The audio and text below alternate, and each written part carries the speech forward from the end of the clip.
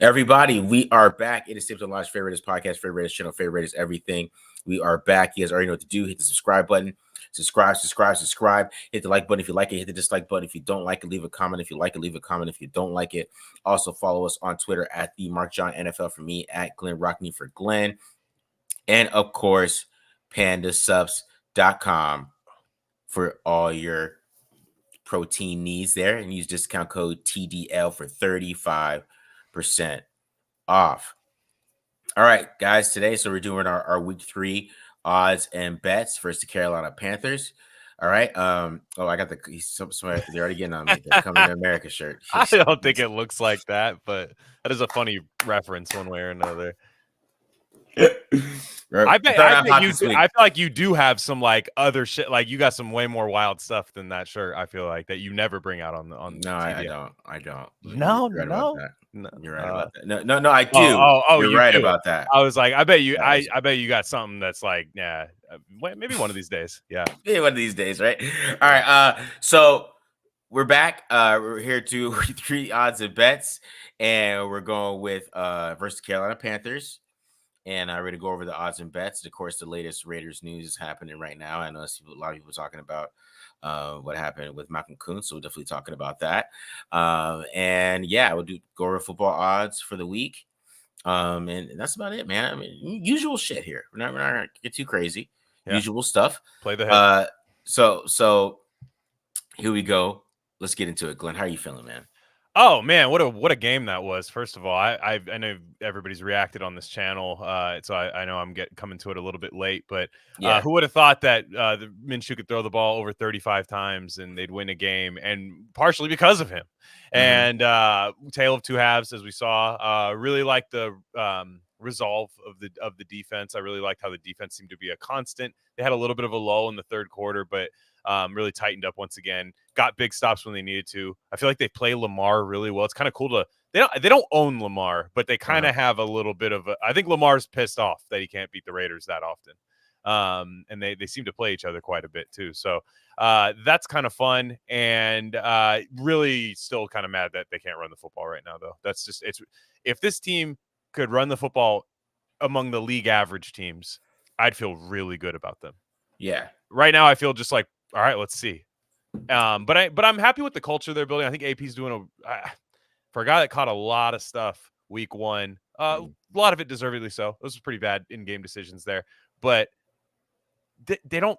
Their penalties are down, and like there's things that we haven't seen forever from the Raiders that he's already had without a full season as head coach. So there's something there. There's something there with him, and I'm excited to see how this team becomes like his team, where after 2 or 3 years, where everybody's just like, oh, that's the Pierce culture and stuff. Like you can start to see that that's there. Like guys get fired up. Like Max Crosby was able to fire up his quarterback, and get him to. I mean, is that why he changed? No, but you can pretty much point to that moment when he changed.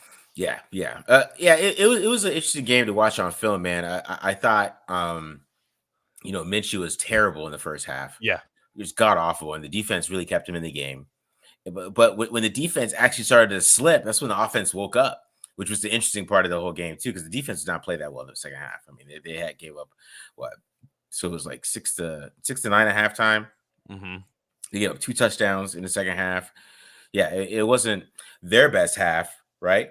After having a really good first half, they end up having a bad second half. But then the offense woke up, man, right? And then at least the passing game woke up, and I think a lot of credit has to go to Getsy. I think Luke Getsy has to get some credit. A lot of people don't like Luke Getsy right now. Just because what Justin Fields, right? I mean, Justin Fields is the real reason people don't like Luke Getsy. Let's keep it real. And Justin Fields is not exactly. He's 2-0. You can't take that away from him, and he is a good quarterback for what they're doing over there in Pittsburgh with Arthur Smith. I think it's a really good fit for him. Mm-hmm. I wouldn't say Justin Fields is like this night and day different player. I think he's kind of playing the same brand of football that he played in Chicago, but I think they're a better spot for him to do that. Yeah. And that's fine. And it's like, to me with Getsy, there were plenty of guys. I watched your breakdown of him. I watched QB School. That's O'Sullivan, right? JT O'Sullivan. Yeah. Both of you guys almost highlighted the exact same plays, which to me is consensus science in terms of me of like, Myers on the dagger, Yeah. Certain things where it's just like, you got to see those. And that's okay. Like, look, they won. It's not, I don't want to pile on the guy. I kind of just, I just, to me, if the guys are wide open like that, I can't really get mad at Luke Getsy. The run game, we got to get that fixed. Oh, yeah, I mean, the run game has to get fixed quickly because I'm going to tell you, the Panthers have a terrible run defense. It's one of the worst run defenses I've ever seen on film. Without Derek Brown. Without Derek Brown, I mean, with Derek Brown, they were bad. Yeah. Without Derek Brown, I think the Chargers really just embarrassed him. I mean, Justin Herbert didn't do anything except turn around and hand the ball off and just watch J.K. Dobbins and then just dominate up front. So, and their linebackers are so tiny and they can't play the run. This could be a big game for the run game. That's all I'm going to say. If they can't run the ball this week, we're in big trouble. But yeah, that's the biggest problem right now. But I think what Getsy's doing to the air and all the weapons that they have and how he's finding ways to get Adams and Bowers one-on-ones, because that's what teams, they want to do. They want to double team, but you can't really. No. If he's moving those guys inside and you guys are still playing too high coverages, you're going to get these one-on-ones with linebackers. It's going to be interesting to see how they attack this game, because they really got to run the ball. That's the big thing. They're going to have to run the ball against this team, because the Panthers pass defense is not bad. You watching a film, they can be beat, but they're not bad, and it's not the place where you want to attack them. I'm telling you, the Chargers ran there's one drive. I don't think the Chargers even passed. They just ran the ball every single down, and they were getting chunk runs every single time. So the run game has to wake up, and it's a big factor here, because if it doesn't, I'm gonna be asking some serious questions. I'm not gonna lie, because this week is something they need to do that with. But last week, I talked about it on the show. Zamir White running power, and they're still doing the zone thing. You saw AP talk about it this week, how they just want to fit what fits the running backs and alignment. So I think that was a call, like, hey, let's stop this, zone stuff that we're doing, right? Mm-hmm. And let's get to what these guys can do best and try to switch it up. So I did like that aspect of it, because that's the real problem with the run game. But if Gardner Minshew can play like he did from basically the second half on, I mean, the second half there were still some misses, but from the fourth quarter it was great football. But if he could play like that, man, I think it's gonna be a little tougher this week. But yeah, I think he's got to figure it out. He's got to be consistent, because the defense obviously has some leaks in it. Yeah. Right. It has some leaks. It's not perfect. I would say right now they're a good defense, more than a great defense. For sure. Right. Because you want to be able to get a great defense, get stops all the time. Let's keep it real. It doesn't matter what happens, especially with the way I would say the Ravens were able to kind of move the ball in the second half. You kind of tell that they're a good defense right now. They're not great. So I would say that they got to kind of take that next step with that and try to become great. But I think, the offense has to be able to run the ball, and they got to be able to consistently pass the football. So we're already getting called haters. So he's mad because Minshew won. So, and we were hating last week. I mean, no, look, every week that he has a good performance, especially a clutch performance like he did, because he had a great quarter perforence. Let's keep it real. He was clutch, and it was the most important. And it was needed to when it was needed, but yeah, it was the most important quarter. Yeah, that's how you have to play.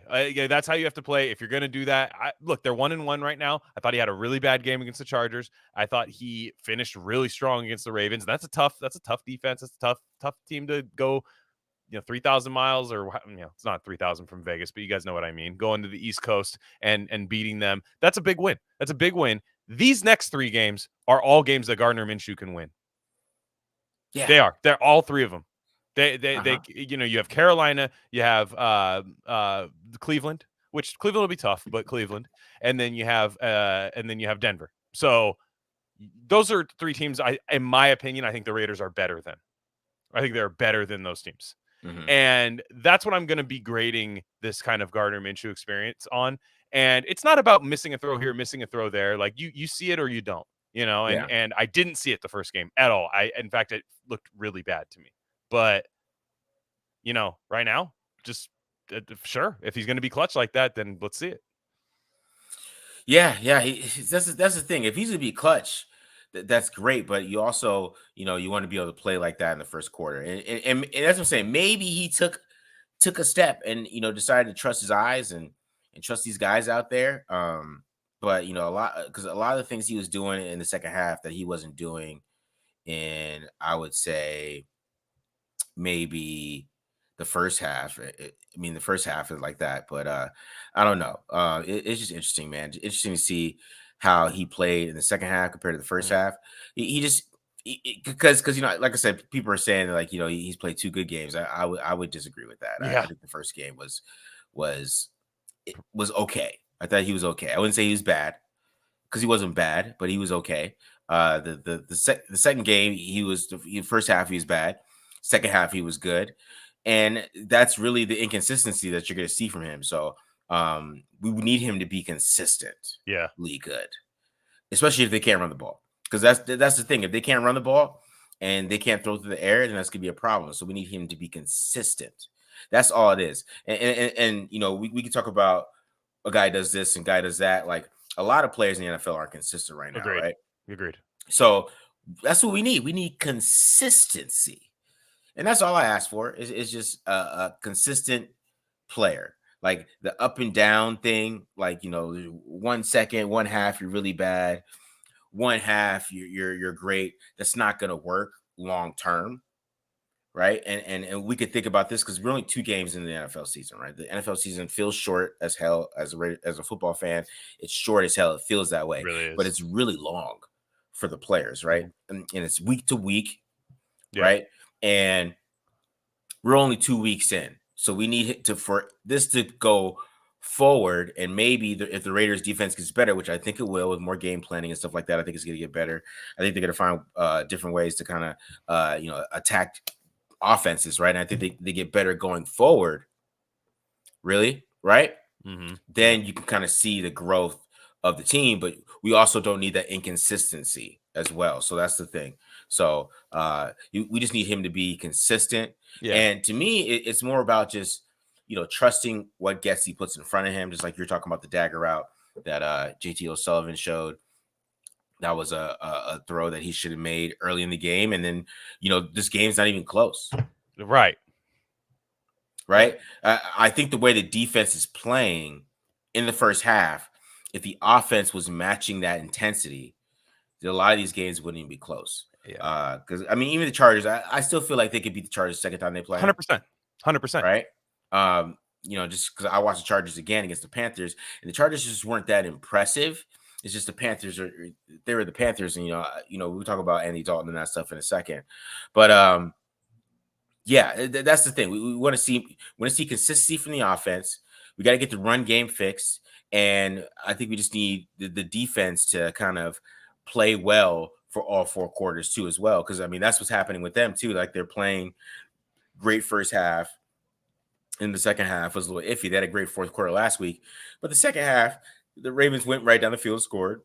They got a pick, they scored, but then the Ravens went right down the field and scored, right? And if you watch the film, there's some guys wide open that maybe Lamar Jackson missed, and you know what I'm saying? Like it is what it is. But yeah, and a lot of things are happening around the offense too. Like I see people talk about the offensive line, but the offensive line didn't give up that much pressure. It's just every time they did, it was like terrible. So like it was a sack, right? So it's they got to get more consistent too. Yeah, and it's a lot of working things. And I see JPJ's on the injury report, so. No, Pierce says he's going to play. Pierce says he's going to play today. I think we're good to go. I think we're good to go here. Yeah, no, the injury. This is going to parlay to our other thing we're talking about. The injury report up until what Jordan Schultz leaked a little bit a few hours ago.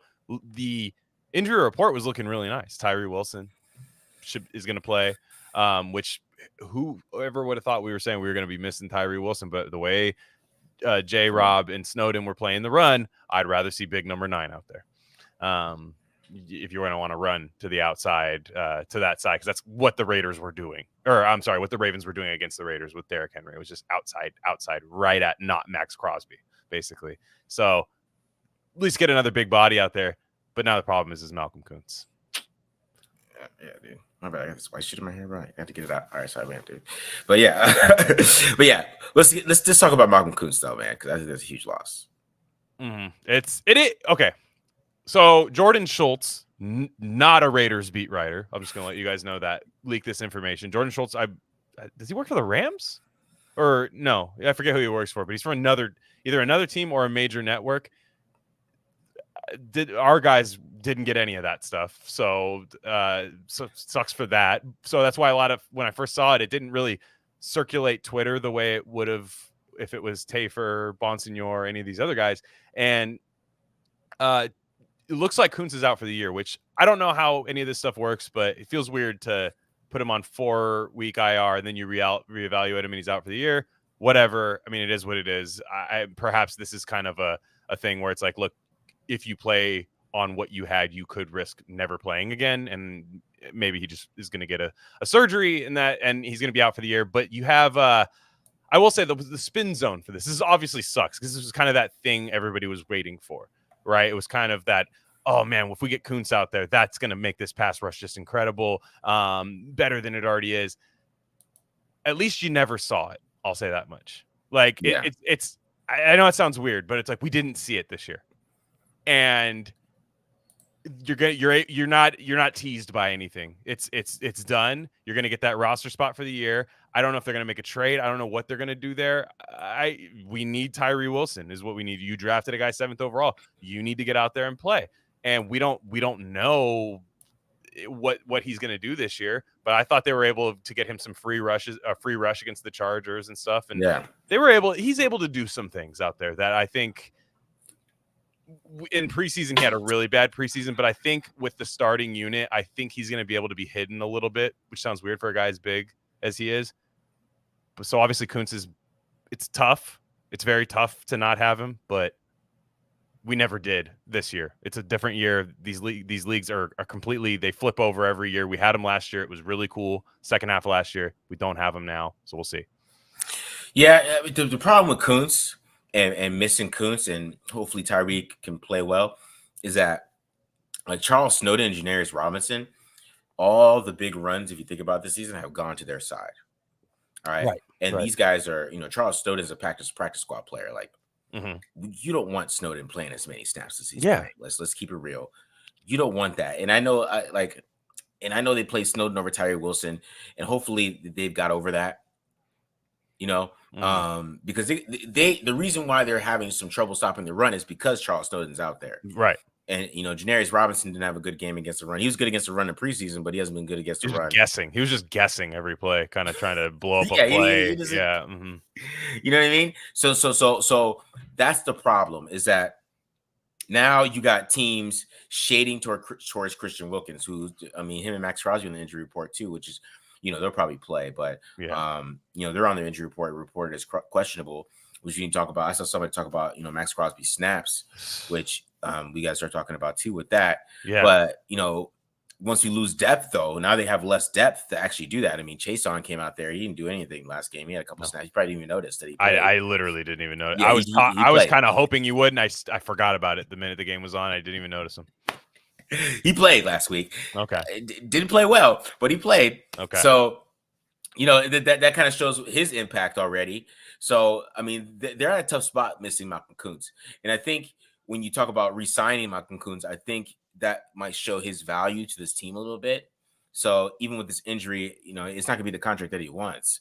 But I think they might try to find a way to re-sign him and bring him back still. Just because you can see his value already, man. I mean, this would be a totally different defense if he was out there. Oh, yeah. Like we talk about how they're good right now. I think they would be great if he was out there. But Tyree Wilson really has to show that he could play the run like he's supposed to. Because that's the problem. I mean, all Derrick Henry runs to the left side. J.K. Dobbins' big runs to the left side. Both his big runs to the left side. They're not to Max Crosby and Christian Wilkins' side. Yeah. You know what I'm saying? And then what the Ravens were doing, the center went to Christian Wilkins' side every single time. And that's why Adam Butler was having a pretty good game. But the center was going to Christian Wilkins every single time. Then they would chip Max Crosby.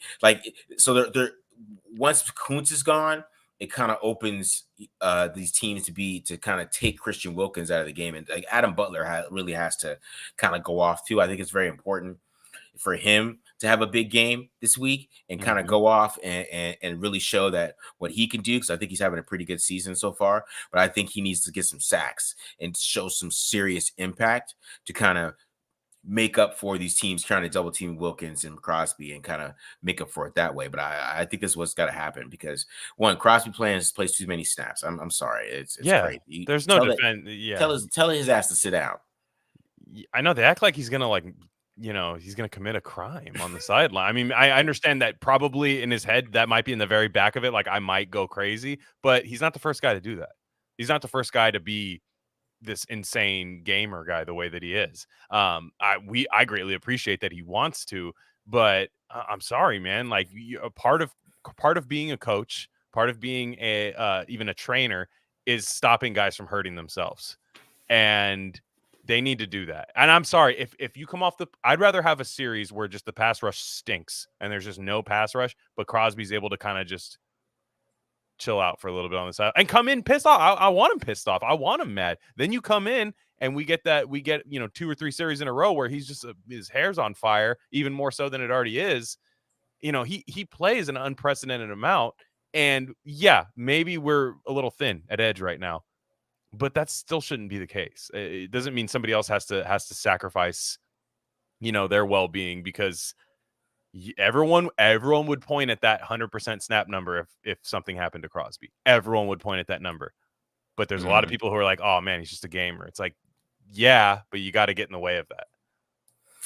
He's gonna play though, you know what I mean? Like, I mean, he played on a doubtful, which was insane, which he almost ruined the whole Raiders season.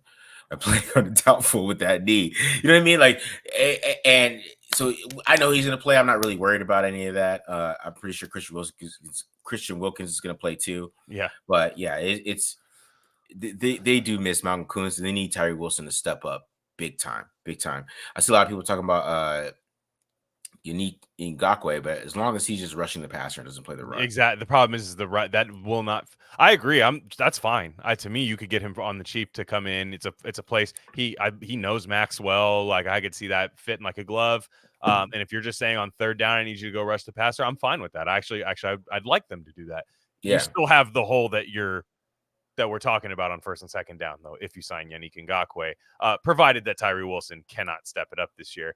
But I think Tyree Wilson deserves a shot, though. I think he deserves a shot to do it. And the worst he can do is basically all of us just confirm what we already suspect about him. But I don't know, man. Even that first Charger game, like he moved quick in it and stuff, and he got hurt. Like I was like, I don't know. He could be disruptive, I think.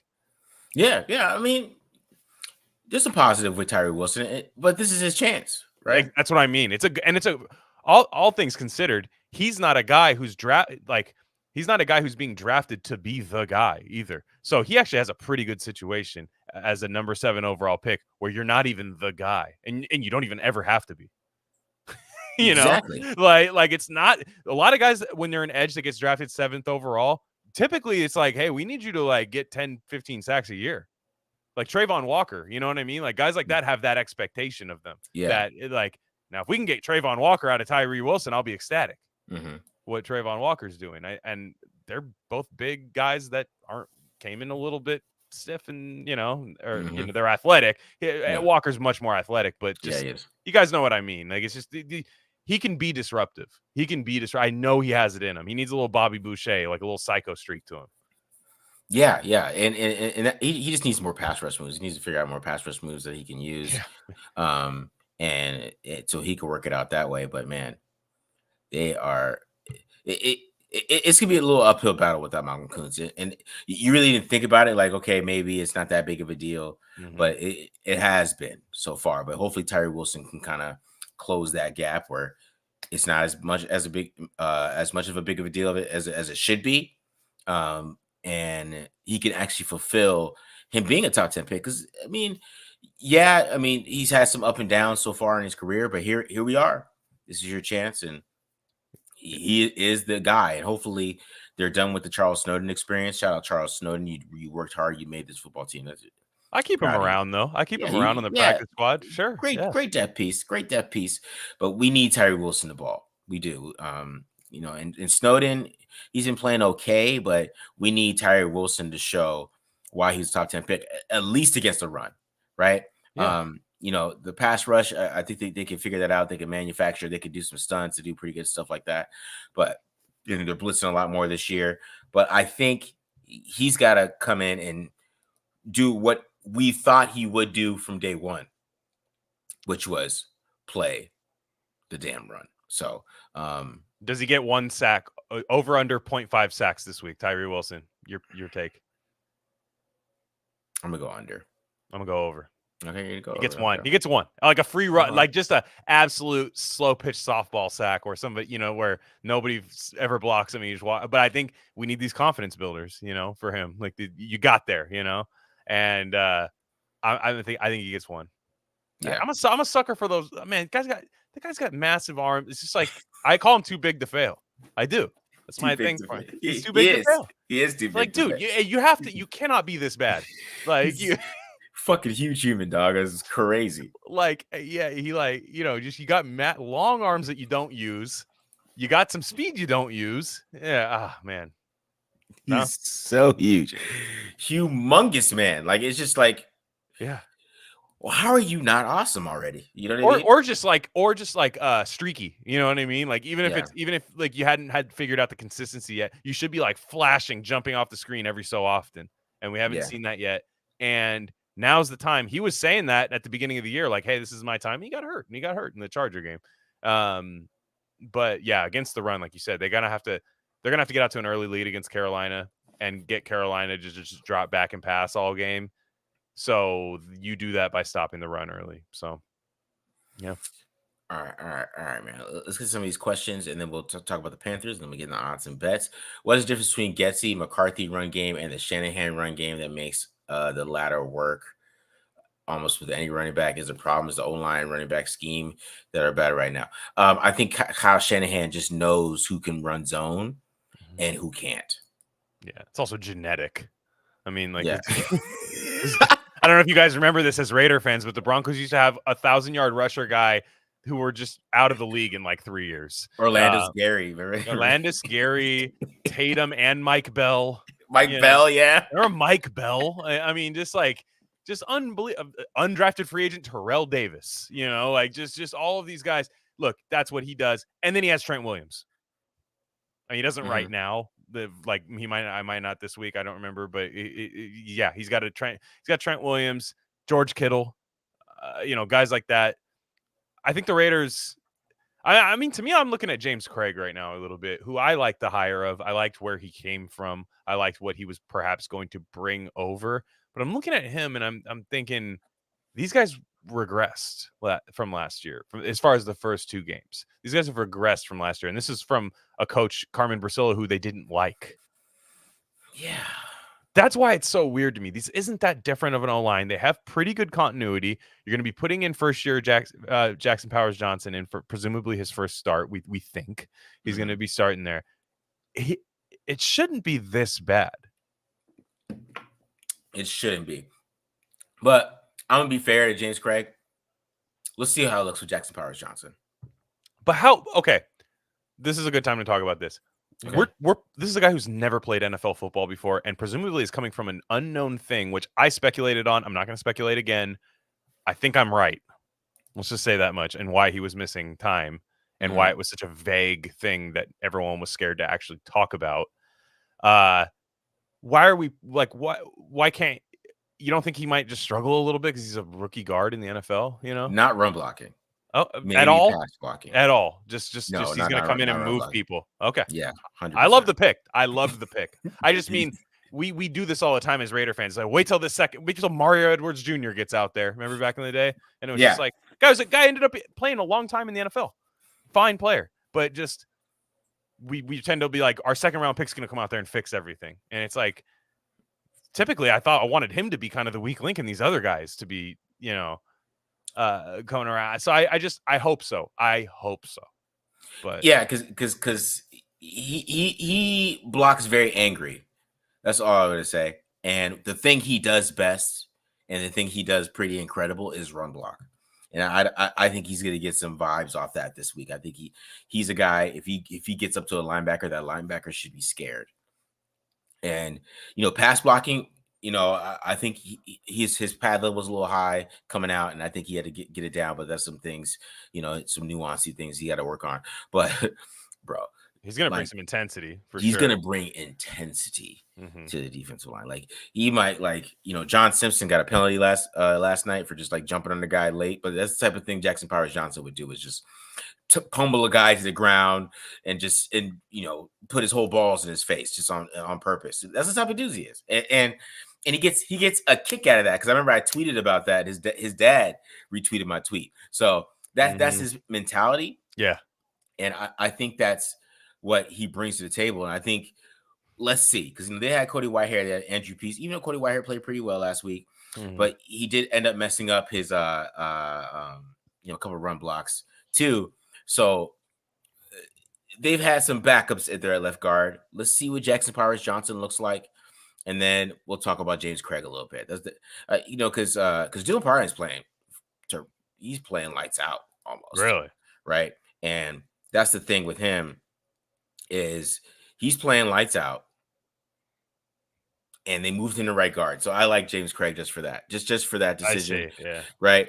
Let's move him to right guard, and then now he's balling. It's that shows me a little bit of coaching. So let's see what Jackson Powers Johnson and those guys do. I think they're struggling more in pass protection, trying to get it together, than they are in communication. I just think like run blocking, they're not. There's guys missing blocks, right? And doing some bad things there. But I think with Jackson Powers Johnson in there, he probably makes Andre James a little better. We'll see. That's what I'm waiting. I'm gonna be patient. And it's a good game for him to debut. I'll say that much. It's a good game for him to debut.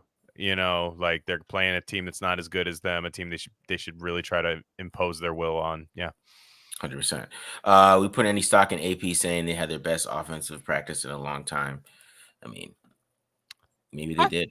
Maybe, I don't know. I could see that happening. I don't know. Yeah. It's coming off that win. We're gonna see, right? We're gonna see, because I remember last year the thing that kind of got me sold on AP was just the energy of the team.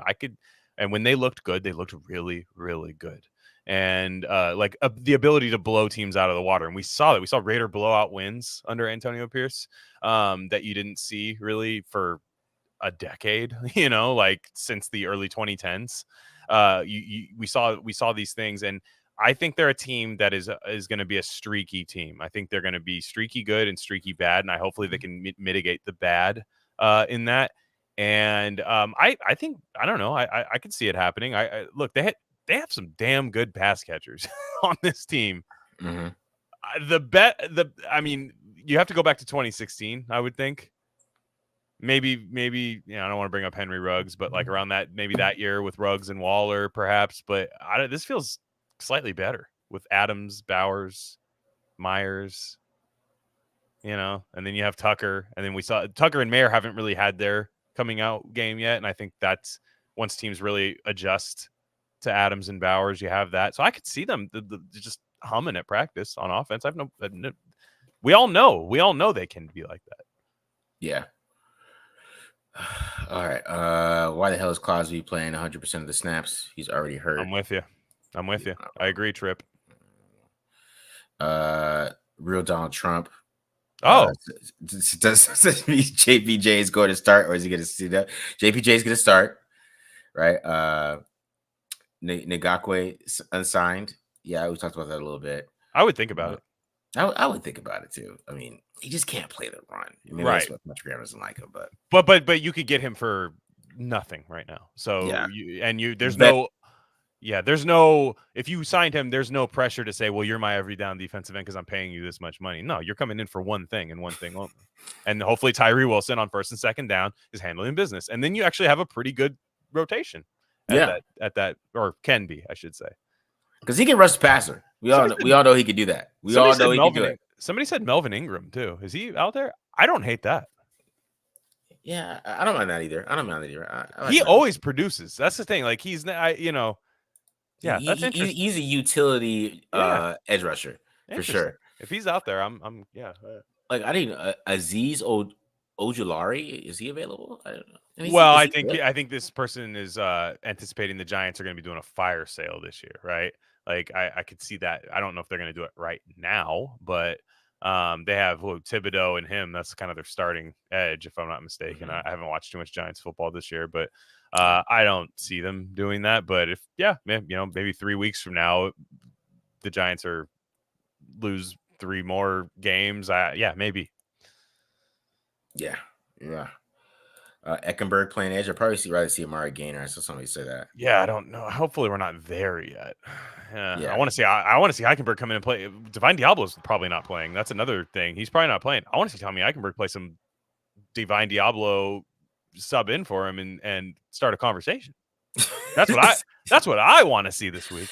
They had Luke Masterson playing for him last week a couple Masterson times. got smoked on that one play though, where Lamar missed him. Though I will say, like that was a play I remember seeing it. I think it was Andrews was kind of coming across. Look. Mark Andrews is a good tight end. I mean, for Masterson to get smoked, but it's like that was like a walk-in touchdown if he gave that up. So I like Masterson, but let's see Eichenberg get out there. Yeah. So we got a hypothetical. I like this. Dave is making our mind think here. It's week 9 trading deadline. Las Vegas has 4 or 5 wins. Stafford is available and Minshew still has average play. Why or why don't you make this trade? And what's the max you would give? So here's why I'm telling you this is not going to happen.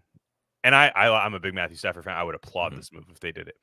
If the Raiders are in a position to trade for Matthew Stafford, that means they think they're going to win this year, right? I mean, we would have to think that. That means they think they're going to win because Stafford's not a developmental quarterback. He's old. But if the Raiders have a decent enough record to make that trade, they're keeping Minshew for the year. Mm-hmm. This football teams don't work that way. Like they don't just like change their quarterback halfway through the year, like from another player on another roster midway through the year, or not midway, let's say a third of the way through the year, because they see an upgrade out there. There's a whole locker room scenario happening with Minshew and stuff, and the guys do seem to genuinely love him. Yeah. know, so I think it would be a really weird move to make. It's a move I would love personally because I think Stafford in this offense would cook. He would cook in this offense. I mean, like, and he knows how to feed a number 1 wide receiver. He's had one. That's the one thing he's had his entire career. Mm-hmm. Yes, this is the move I think about making next year personally. If they're, let's say they're a 17th overall pick next year, right? 17 to 20 in that era, because I think that's the kind of team they have. I look to see if Stafford wants to come over here on a 2-year kind of 1-and-1 kind of deal, almost NBA style contract where you overpay for him. That's what I do. I heard Mina Kimes talking about that, but that just felt like kind of content that she was making. And I just don't see Antonio Pierce, the type of coach that he is, just going like, oh, we're 3-2 or we're 4-3 or whatever. Let's go trade for a quarterback. I just don't. Yeah. See, I know Stafford would. I just don't think Rams would trade Stafford right now because they didn't start off fast last year, and they ended up making the playoffs.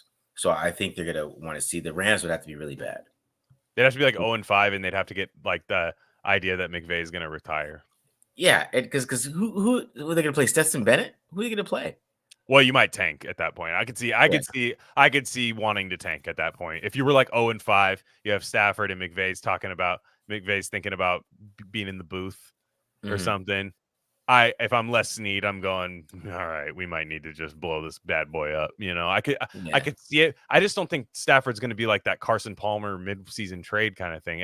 I think it would, again, it's something I explore in the offseason. Absolutely. Because I think that, man, he would cook on this team. Yeah. Don't get me wrong. He's got the arm for that Getsy offense, like where like it unlocks like another thing that you just aren't going to see with Minshew.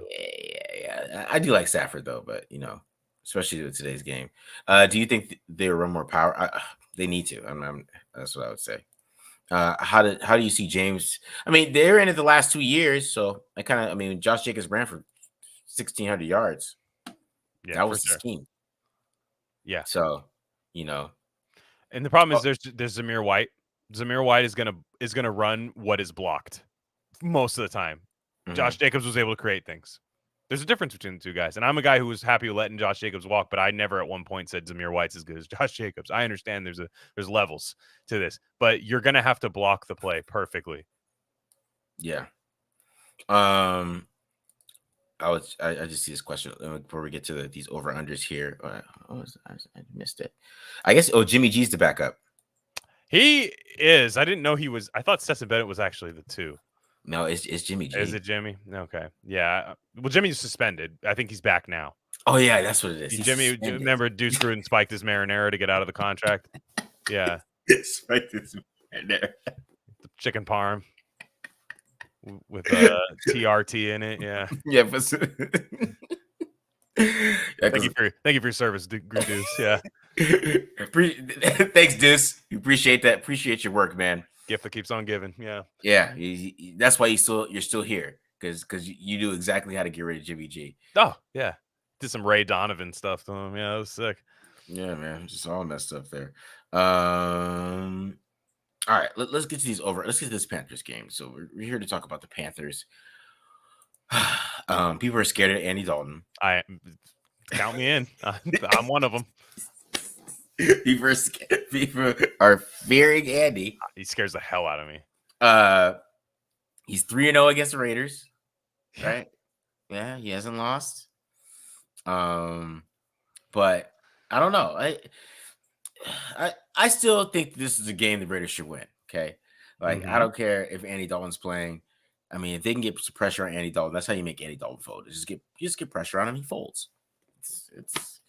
It is literally the blueprint. Yeah. See, you got Dalton. Raiders fans got Andy Dalton PTSD. Dude, no, because it is a game.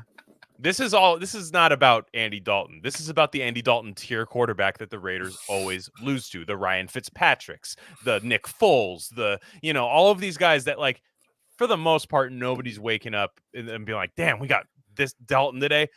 The last time the Raiders went to New Orleans, I thought they were going to win. And then they don't get past the 50-yard line, and Dalton just is, like, cutting them up.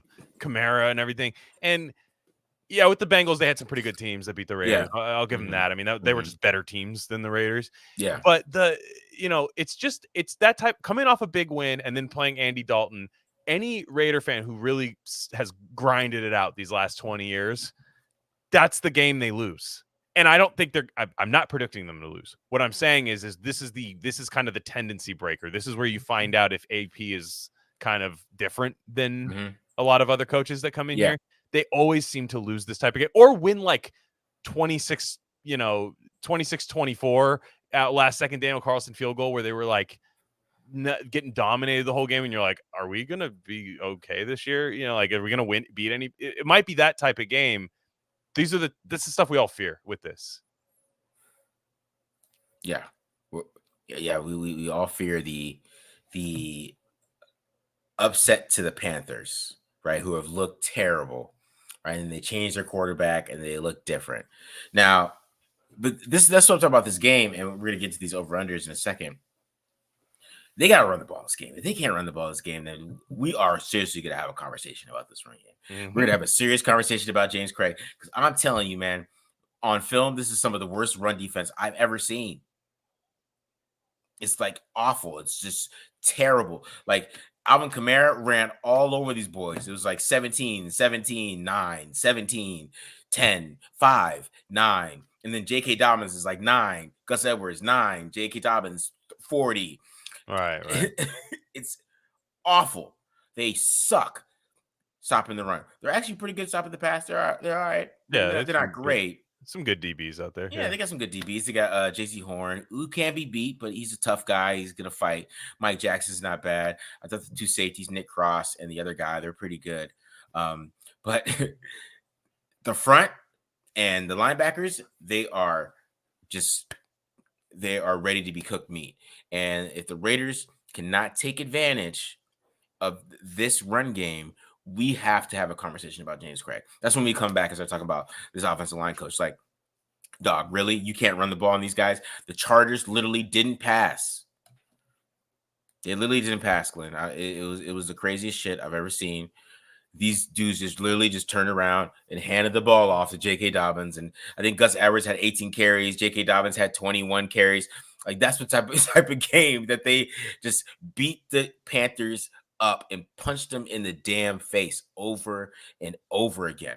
So that's why if this game, if they can't run the ball, I don't know. We got to have a conversation. We got to figure this out. I don't know what the hell is going to happen, but that's the key to this game is that the Panthers cannot stop the run. Yeah, I mean it's I think is there anything in the short game that can attack them? You know, in the short pass game that can kind of exploit those linebackers as well too. Because I think there's something to be said there too. Because you know, to me, I keep Bowers more in line and let him get matched up on linebackers, you know, because we'll see what kind of resources they commit to him, because Bowers has had the hype week from that I haven't seen a Raiders player have in quite some time, and deservedly so. But I think these guys, they're gonna shade a lot of coverage to him. And the Panthers, look, this might be a team that's actively tanking right now, because they've cut their leading sack guy. I know it's just a couple games in, but that outside linebacker that they just released this week, he led their team in sacks. So who's that? Who did they release? I can't remember. I had never heard of him. It was not a name that happened to me, but they released him this year. Was number 40? He was pretty good. If it was number 40, he was pretty good off that. Well, there's Luvu, right? Did he say he's different? He was. I can't remember. He was there last year, but anyways, he was a guy I didn't know much about. Probably had 1 or 2 sacks, and that was leading the team. But they got to just show me, and you'll know early. I think you'll know early in the game what type of game it's going to be. And I agree. They have to run the ball well, because if they're not going to run the ball well against this team, who are they going to run the ball well against? And they want this to be their identity, by the way. Yeah, this is going to tell us a lot. This game's going to tell us a lot about the run game. That's all I'm going to say. I mean, we're going to do the preview tomorrow, and we'll drop that. But this game is going to tell us all if this run game is really terrible, or if it just was playing against some better run defenses, right? Mm-hmm. Or maybe they just couldn't guard. They couldn't block Travis Jones. Maybe they just couldn't block Poona Ford, right? But if they can't run the ball this week, I got a lot of questions, man, because and I know we don't have Alvin Kamara. I know we don't have J.K. Dobbins. I understand that. I'm not saying Zamir White is those guys, but I mean, Zamir White's Gus Edwards, at least. You know what I mean? Is he? I think he is. I think he might be Leonard Fournette. I don't know what MEZBX is. MEZBX is not in here. I feel like he's Jaguars Leonard Fournette right now. I mean, I just really haven't been impressed from anything I've seen from him. Yeah. And it's just it just seems like there's no rhythm to what he's doing. I feel like he's just kind of he seems like he's trying not to fumble, which is really good. And then he's just like putting his head down and like running between a random gap. And it's just like, I feel like a lot of it is on him though. Like okay. It is a little bit. All right. I believe the reason it's worst in the league is because of him. The reason it's bad is not because of him. The reason it's worst in the league is because he cannot manufacture. You know, like there are certain backs that keep you out of worst in the league because they're able to make guys miss. They're able to kind of wiggle around a little bit and get there. And I just don't see any of that from him. And I'm aware of his second half last year. There was things that were happening there. And I agree that maybe this isn't the best scheme for him, but switch to Madison if it's not. Yeah. I agree. Maybe you got to see what Madison could do, because Madison had some pretty good games last year with the Vikings. He just wasn't every down back, but if you can get a mix in there, I think that it can make it happen. Yeah. Like I said, it's not about Zamir White being, to me, I don't think Zamir White's bad. I just think Zamir White is a power runner. You have to have guys in front of him. You have to point to a hole and say, go there with your pass forward and run full speed through that hole, and then see who can tackle you, right? That's really what it is when he starts to have to read things. And, I posted a video of him cutting back. He was supposed to find that cutback, and it was just wide open. And it's those type of things. Because, like Alvin Kamara, all the best backs in the league, they see that cutback. and they hit that, and they probably scored a touchdown on it. I'm gonna keep it real. He didn't see it. He's just straightforward. He ran where like the play is kind of designed, but it's still like it's still a thing where you have to read it, right? He kind of just ran right to it. And that's just really what he is. You got to get the counter guy. You got to get the puller where he just has a guy leading forward, the Jacob Johnson that just is leading him right through the hole. That's what he needs, right? And the Raiders don't have that right now, but they got to mix it up. They got to mix it up and see what he can do with that. But let's get to these over-unders, man. Let's get to these over-unders. Right at 50 minutes. Let's start with Gardner Minshew. Gardner Minshew. Over-under. It went up a little bit. We're not trusting with the third guy. He's third in passing yards right now, and they're still not giving him more than 218 yards passing a game. Yeah. The touchdowns went up a lot, though. They're expecting him to throw 2 touchdowns this week. Right? Yeah. They're still not giving him no credit. He leads the league in completion percentage. Yeah, that's weird. That's a weird gap. He leads the league, but that's fine. Yeah. So what are some of your thoughts on this?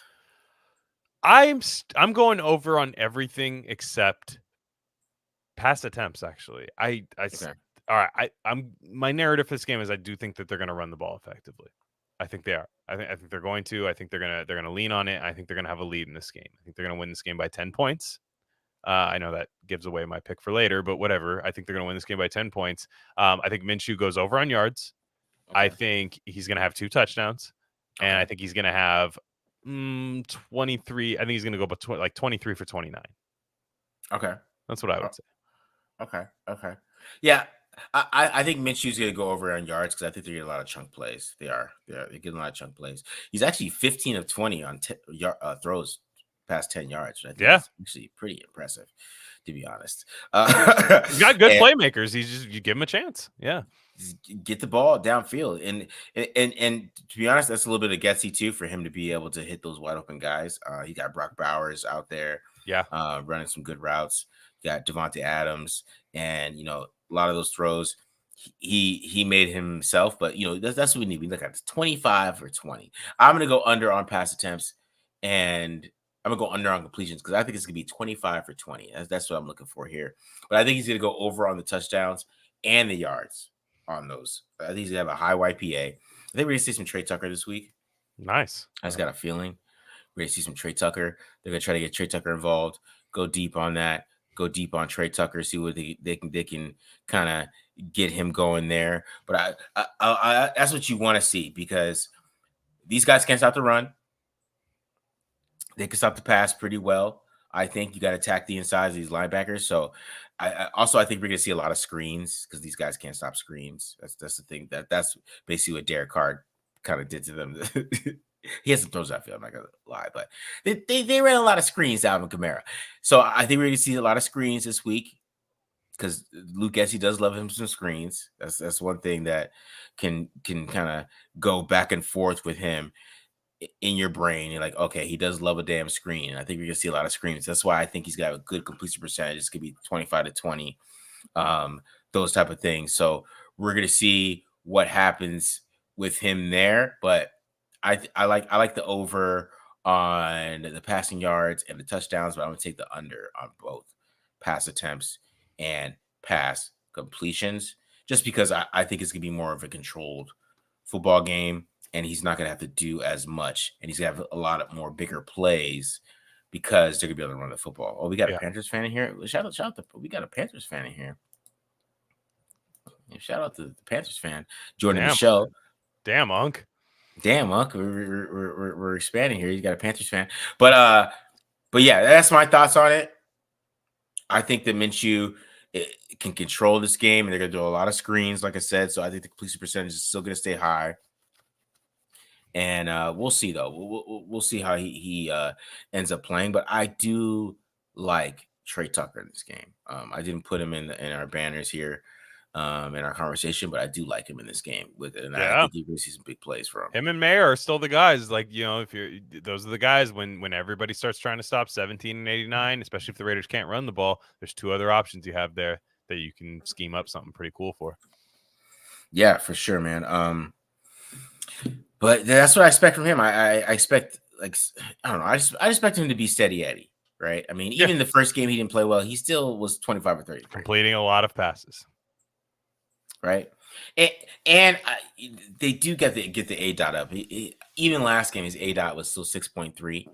So we got to figure that out. But there is a lot of screens too. The Raiders have been running a lot of screens, and I expect to see that this week too. I think they're gonna try to screen these guys, do that because the Panthers love just play quarters, which is too high coverages, which is the big conversation these days. Even though we just can't admit that these quarterbacks just aren't good enough for it. But that's fine. It's a different conversation for a different day. But the quarters coverages too high. That's what the Panthers love to do. That's why you can run the ball on them, but it's also why you can run screens on them too. So this is it's a get. You guys said it's the Getsy special. Jackson Powers Johnson, let's get him out in space. Getsy's just like, oh, we can run screens this week. Yeah, he was excited watching that film, knowing that he could run a wide receiver screen to Trey Tucker. So that's why I think Trey Tucker's gonna have a nice game this week. I do believe. I think he's gonna have a nice game. Be nice. I think he has a nice game. Anything in the comments? I don't see anything. People are just kind of just agreeing with this, having a Zamir White debate. But it's all right. We're good. All right. So let's get to Zamir White. Let's do it. Let's get to Zamir White. Let's talk about the running game. Zamir White, rush yards 59.5, rush plus receiving 72.5, anytime touchdown plus 105. Now, I'm going to put some good positive energy out there. I think he hits the over on the rushing yards. I'm not sure about the receiving because every time he does catch the ball on receiving, he's getting hit from a Gardner Minshew check down. So I'm not gonna go there. Even though he did have, you know what? Let me bring it back. He did have some good check down runs last week. He made a guy miss, got 11. Mm-hmm. He got like 6 on another one. He had some good pass blocks last week. He had that chip that went viral. He was actually showing more as a pass catcher last week than he was as a runner. So maybe I'm gonna switch it up just because I had a thought process. I'm gonna switch it. I'm gonna take the rush yards and the receptions over 72.5. I'm going over. I'm just gonna put some positive. I just don't believe they can't run the ball on this team. I'm not gonna believe it until I see it and I see that they can't. Mm-hmm. Because it's just so bad. It's so bad. So I'm like, I'm gonna say that they can run the ball this week until they can't. So that's why I'm taking the overs on all these. I agree. But what are your thoughts, Glen? I agree. I'm hammering over on all of them because if I can't see it this week, I don't want to even see a placard of Zamir White next week on the run thing. I don't think he's the running back next week if that's the case. Shouldn't be. I should say not shouldn't be. To me, Alexander Mattison would get the starting job if Zamir White cannot get this done. And I understand running backs are a product of offensive line, scheme, and all of that. I still think there's more yards to be had than what he's got, even given the play of the offensive line. And 60 yards against a team that you should be beating and should be playing as though you're up against. That's how you should be playing them, as though you're winning in this game. That's nothing. So I'm going to go over on there. I agree with you. I think he's going to have a couple, plays in the flats that are going to get that rushing and receiving. And also that's rushing plus receiving. So if he just has 77 yards of rushing, it goes over that. Yeah. And then anytime touchdown, I think AP is going to try his best to have the Zamir White game. I think he's going to tell Luke Getsy, like, do what you can to get 3 of the ball.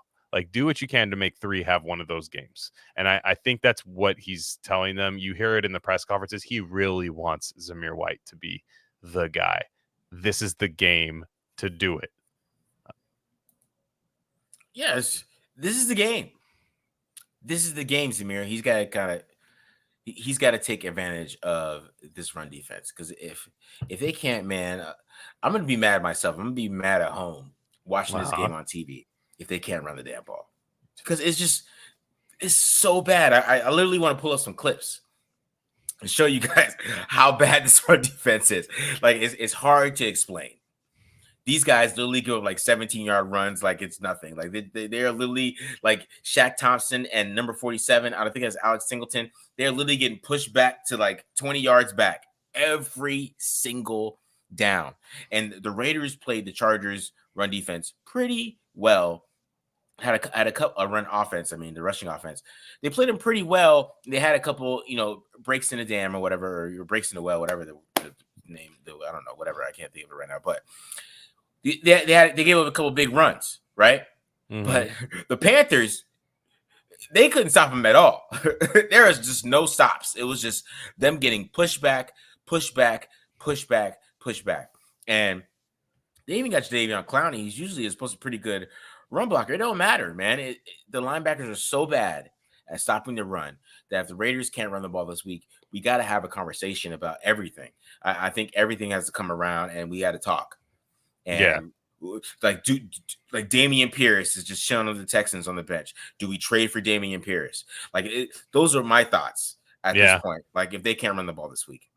No, I agree.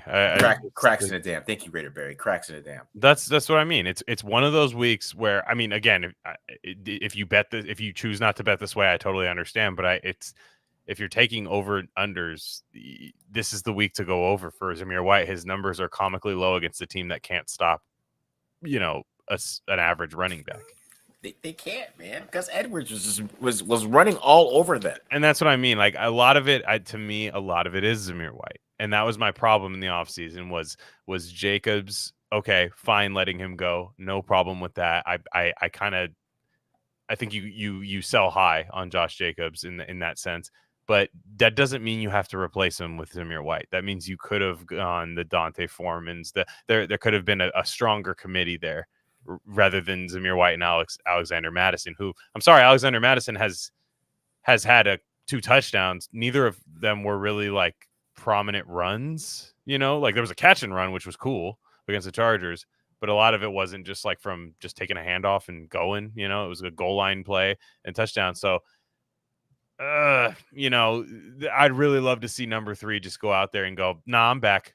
But my fault. This is the second half of last year. Like, I'll do it. And it is on Getsy a little bit. Like, let's run some power. I know people saying Andre James isn't the best power center. All right, but everybody else I feel like can do okay. Yeah. Florida boy say, I'm taking under everything. He doesn't believe in Zamir at all anymore. He's like, I am out. I kind of get it. Yeah. And Madison didn't do anything last week either. I agree with this guy. He didn't do anything last week. But you got to try to do something, man. You got to try to do something. He just moves a bit different. He moves more confidently than Zamir White. This is the ones I watch, like Zamir White, and it's just, I feel like a guy with a beer in his hand on the couch can look at him and just go, with Zamir White. And I just want to see him make the right read. And he does have the speed to take like a 70-yard run to the house. Like, he does have that speed. I just feel like it has to be perfect if he does.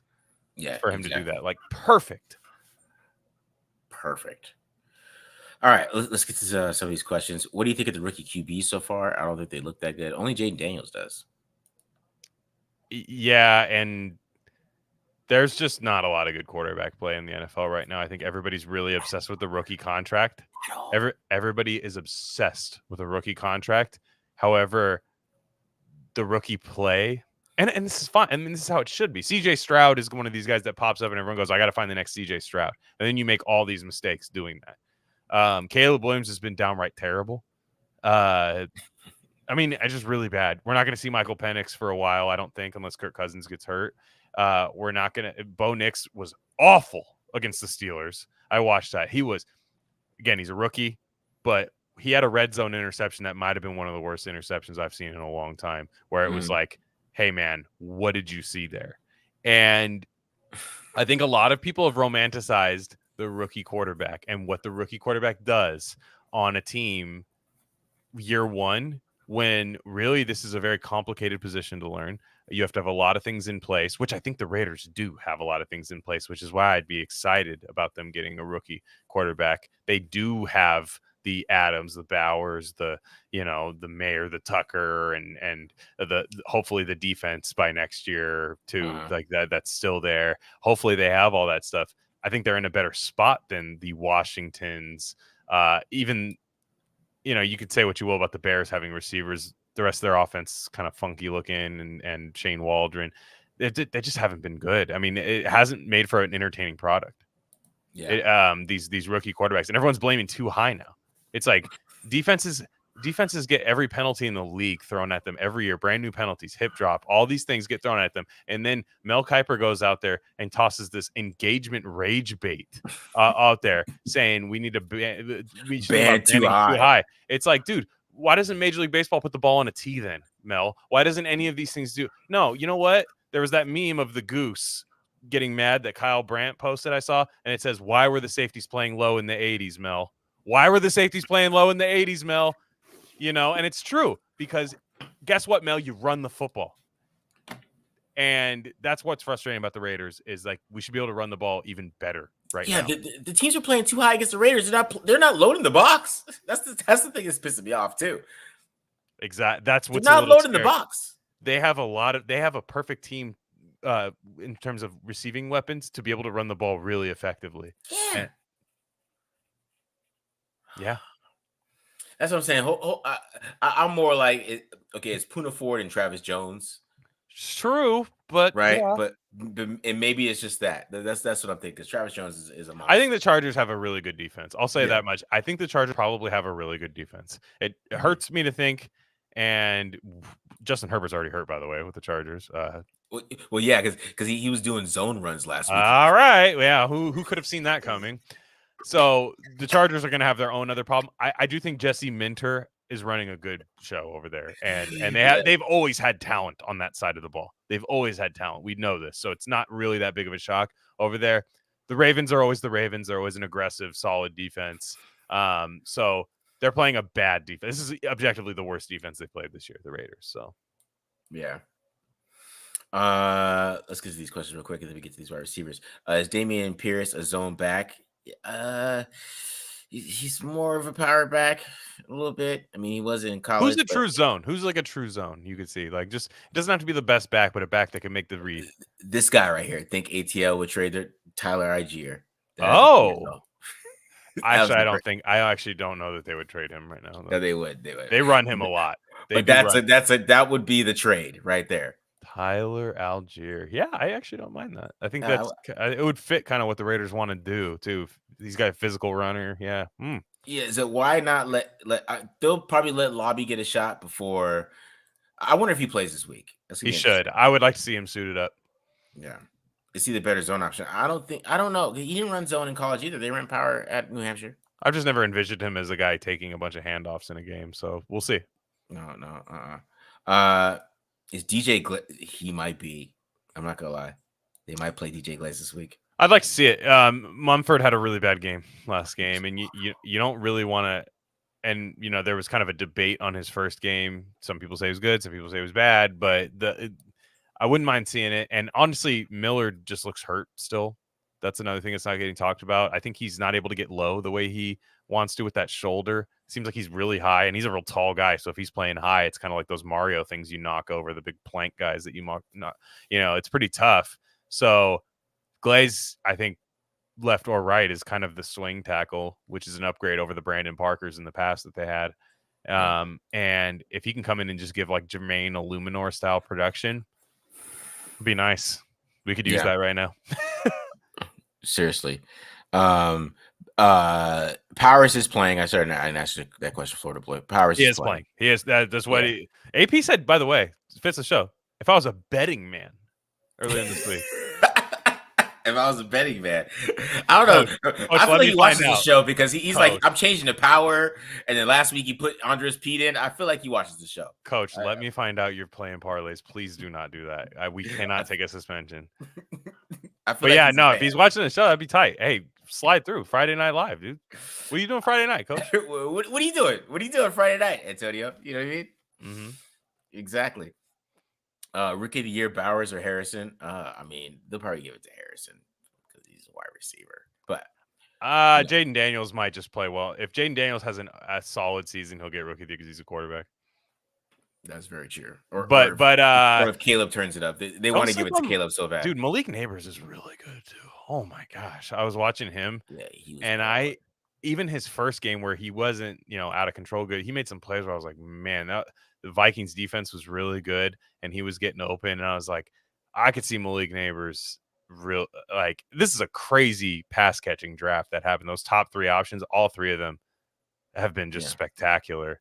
Harrison more so the second week, but still, you see it in all three of them. Yeah, for sure. Have I ever got compared to Lamar Jackson? Yes, I have. Actually, I went to McDonald's and the black dudes were making fun of me because I look like Lamar Jackson. Yeah. There's worse things to be called. Yeah. At McDonald's.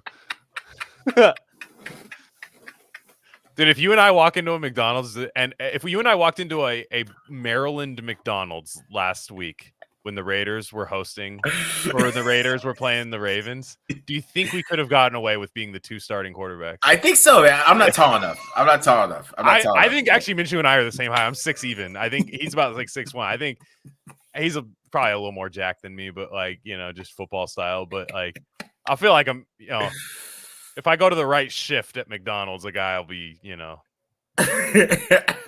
I feel like we could have gotten a free meal. I don't really eat that stuff, but yeah. I think so, man. I think so. I think so, man. I think so. All right. We'll get to the rest of the questions in a second. I'm saving them here. I'm saving them, guys. All right. So let's get to Davante Adams, who had a big game last week. This is really low for him. But like I said, I expect him to run the ball a lot this week. What are your thoughts? 5.5 receptions, yards, 63.5, anytime touchdown, plus 115. I'm going anytime touchdown. I think that's the best bet. I think in the red zone they're gonna target him. I think it's him. I think I think him and Bowers are the anytime touchdown of the receivers, and I just think I think Minshew last week understood, and he said as much. Like, him and Jimmy G both said this the last couple of years playing with Adams, going like, it's kind of crazy, like working with a guy that you can like actually throw to anytime. Like, it's different, when you're in a system where you're like trying to find the most open guy, but you realize he's better even when he's covered than almost anybody else I can throw to. And I will say, shout out to Adams, and shout out, I think you were saying this last year, his shoulder injury. I kind of thought he was getting a little washed last year, or kind of on the downturn a little. He looks phenomenal this year. I mean, like holy crap, he looks good. But I think he gets a touchdown. I'm hoping game wise, just because I want to go long on Zamir White and stuff, so I don't really want to go long on the Adams stuff. I'm just gonna go anytime touchdown. I think he's gonna have probably right around that 63 number in yards, and then like a touchdown. And yeah, because I think it would be either him and Bowers, which we'll talk about in a second. Him or Bowers hitting the overs here. I'm gonna hit the It's hard for me after his last performance, and even how he looked week 1, to not hit those overs on receptions. Yeah, I wouldn't hate it if you did. I get it. It's hard for me not to do that, because I feel like the targets we were seeing it so far, it goes Adams, Bowers, Myers, and then everybody else under that. But I also don't expect them to be in the game, the point of the game where Minshew's 30 times. So that's where it gets difficult, right? It would get wild there if they're throwing the ball off this game, but they might. Who knows? They might. It might be one of those games where they're like, crap, they gotta just start airing it out because the run game's not there. And it's just I kind of wish Adams could just have like a kind of a splurt, or like a game where he kind of plays in spurts, couple plays here, couple plays there, and they're just running the ball and just dominating, getting turnovers on defense, short fields. Like, that's kind of what I want them to do this game.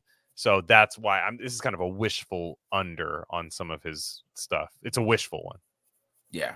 And now if they win the game, and they win 30-20, and Davante Adams has 145 yards, I mean, am I going to complain? No. No, I'm not. I hope they're able to win this game the way Antonio Pierce wants to win this game. Yeah, I agree. But I'm tempted. I'm going to take the overs on here. I'm just tempted. I'm going to do it because I think him and Bowers are still going to eat in this game, and they're going to be the two targets when they do pass the ball. Because I think he's going to get some screens too and stuff, some cheap receptions. Him and Bowers too. So I think that's going to happen. So I'm gonna stick with it. I'm gonna stick with Adams. I'm gonna stick with Adams on that one, on the overs. All right. Now the other stud who's really lowballed here, I think. This still. Great. I don't know what they're watching. Wow. I didn't know these numbers before this. I didn't look them up. This is new to me. 4.5 receptions, 46.5 receiving yards, plus 185 on the anytime touchdown. I take all of them. I think Bowers, and I think I could see if Minshew has 2 touchdowns, I think they're Bowers and Adams. I think Bowers will get his first one. The thing about Bowers is what I said about Adams is I hope they win a certain way to where they don't have to lean on Adams. They can win the way that I want them to win and still use Bowers a lot, though. Where it's kind of that Niner style of winning, where like they'll be dominating a team, where they'll just be run the ball, big chunk play to Kittle, big chunk play here. Like I think they're able to do that with Bowers. 46.5, I think he goes way over that. I think on just a couple of receptions he can do that. I think he has about 6 or 7 catches in this game and a touchdown, and I think he sits around like 75 yards. Again, does he go completely ballistic like he did against Baltimore? I don't know. I tend to hope that it's more of a run style game, but these are low. I'm just offended by the numbers. That's why I'm going over. I'm offended by it too, man. I mean, he's not even getting the media bump. Like the media has been all over him. Nothing, bro. He ain't getting nothing. I mean, when I saw this and I pulled this up, like he got one more reception than he did the week before. Mm-hmm. Like he's broke this already. He's been over this twice. So he got 6 receptions, 58 yards his first game. So I think Carolina's just going to lock him down. Like it's just ridiculous. Like this is an automatic over. Like I'm not even talking. Anytime touchdown we can talk about. And it's funny. His anytime touchdown went way up. I kind of want to go look at what it was last week, but I swear it was not even this low. So his anytime touchdown went way up. He was his yards and receptions. I thought he got in on that one play too. Like when it looked like he did. It was weird. I know they got the touchdown next play, so who cares? But it looked like he almost like they swung him into the end zone kind of. And I was like, did he get in? Like that might be worth taking a look at. But no, I think it feels good to hit on a first round pick. That's just all I'm gonna say. Like just and not hit, but like to see it right away. Everyone sees it. And that was kind of my argument for it all off season when people are like, tight end, Glen? Are you serious? Tight end? I go, you're going to watch him play and understand why you can't pass on this. That's my perspective of it. It just feels so good to know, like, oh my God, we hit on our first round pick. Not just hit, they crushed. I mean, like it was he crushed it. And look, to be fair, Fuaga looks good too. He does. Fuaga does look really good. He does. He does look good, and that was my dude Sean G. He's probably going to let us know.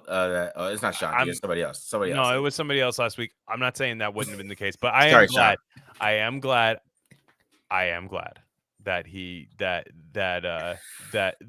Bowers looks really good, because I even thought it would take a year to really get him to be like an insanely productive player. I thought he would flash and look really good year one, and then we'd say watch out for year two, because tight end's a tough position to learn year one.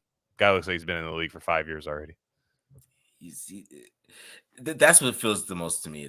What feels good so much about it is that the Raiders haven't hit a first round pick in a long time. And I'm watching this. I'm like, this guy is the future. This is Khalil Mack. Khalil Mack. If Adams left, like even like if they trade Adams, I'd be like, you know what? No, I agree. We could at least just throw this guy the ball. I agree. 15 times. No, since Khalil Mack, when you first watch Khalil Mack, you're like, yep, there it is. And even he wasn't super productive his first year. Yeah. Like he wasn't like, he obviously had pressures. He was hitting people. He had that game against Brady where he was knocking Brady down a bunch of times. But Bowers, it's like, no, he's catching the ball, running. People are losing him, and he's just, man. I mean, look, I could talk for another hour about Brock Bowers. So it's just stud. I'm glad, because I did some hardcore caping for him. And people thought it was coping. Yeah. Some people are still mad about that pick. But nobody hated him in college. That's the thing. Is there wasn't one person that said, damn, I don't think he's that tight. It was just this, like, the Raiders don't need him. And I'm like, you're saying they don't need guys that are good at football on offense, is what you're saying. The dude washed Marlon Humphrey one-on-one last week. Yeah. He's really good. I mean, like, he's ate him up.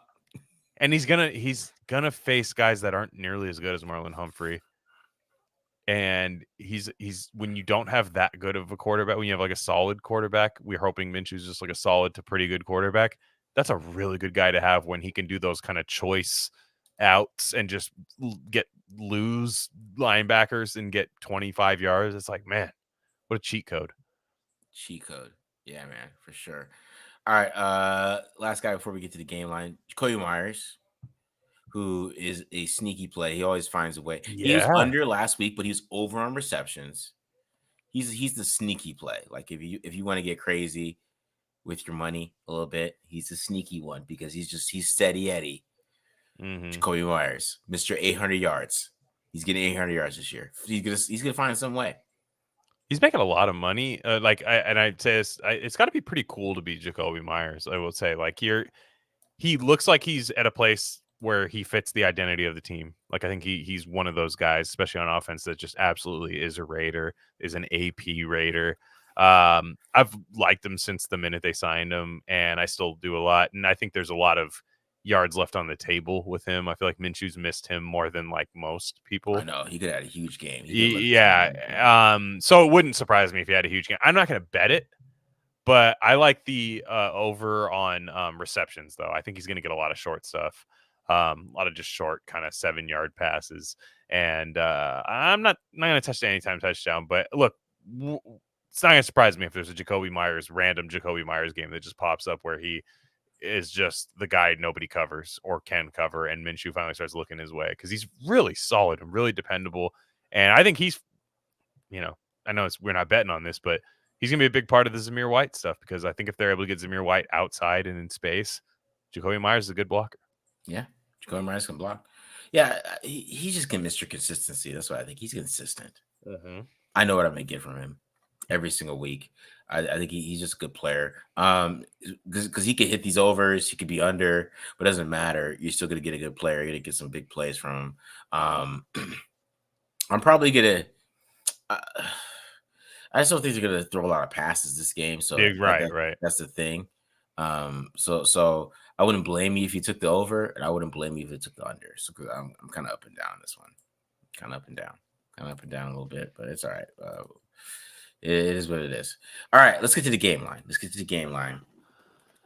As of Friday, it might change. We'll see because Koonce got hurt, but I think it was higher than this. Koonce wasn't going to play in this game. Yeah, but I don't know. Yeah, that's true. You got a point right there. He was on regular on little IR before big IR. So yeah, so -6 Raiders, money line -258 Raiders, +210 Carolina, over under 40. What are your thoughts, Glenn? Oh man, the Raiders are going to cover. I'm scared, but I'm not gonna be scared money, and they're going to win this game. They have no excuse not to. There's no excuse. They're health, even though Koonce is out for the season, which sucks. He wasn't going to play in this game. They're pretty healthy otherwise. Guys are banged up, but I'm sorry, look at the rest of the league. Look at what the Niners and the Rams are trotting out this week. They're a relatively healthy team, and they should dominate this game. They have no reason not to. It's the home opener, so that's one thing I think it's a really good time to play Carolina. And I know it sounds weird, but a lot of Raider fans are scared, like me, a little bit of this like weird kind of lull, like flu game that they would have against these Fitzpatrick Dalton types. It's the home opener. They've played on the road. I don't think Carolina fans are making this trip to Vegas. Personally, I don't think it's going to blue out the stadium the way that when like the Chiefs and Steelers or any of these other teams come to Vegas. The place should be rocking. The Raiders feed off that fans' energy, and they're going to get a defensive touchdown in this game, in my opinion. I think Tyree Wilson gets a sack, and there's going to be a defensive touchdown in the game. And they need to win this game. I like the over, though. 40 is low. I think the Raiders are going to score close to 30 points. I think Carolina will get around like 10 to 13. So, yeah. I think the Raiders cover too. I think they are going to handle business. I think it's more because they're at home. And I think AP is really taking that opportunity to kind of say that the Raiders are gonna do their thing at home, and he's getting the fans. He's in a blackout. All those things are happening. I think the Raiders are gonna go out there and perform well. I don't know if they're gonna blow them out. I don't know if it's gonna be like 37-7. I'd probably be like I would say I see somebody say 24-16.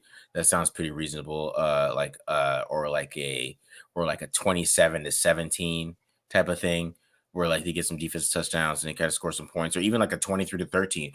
It's going to be where the Raiders win pretty safely, but maybe it's not as impressive as we expect, right? I think a lot of Raiders fans are expecting like 40-10, right?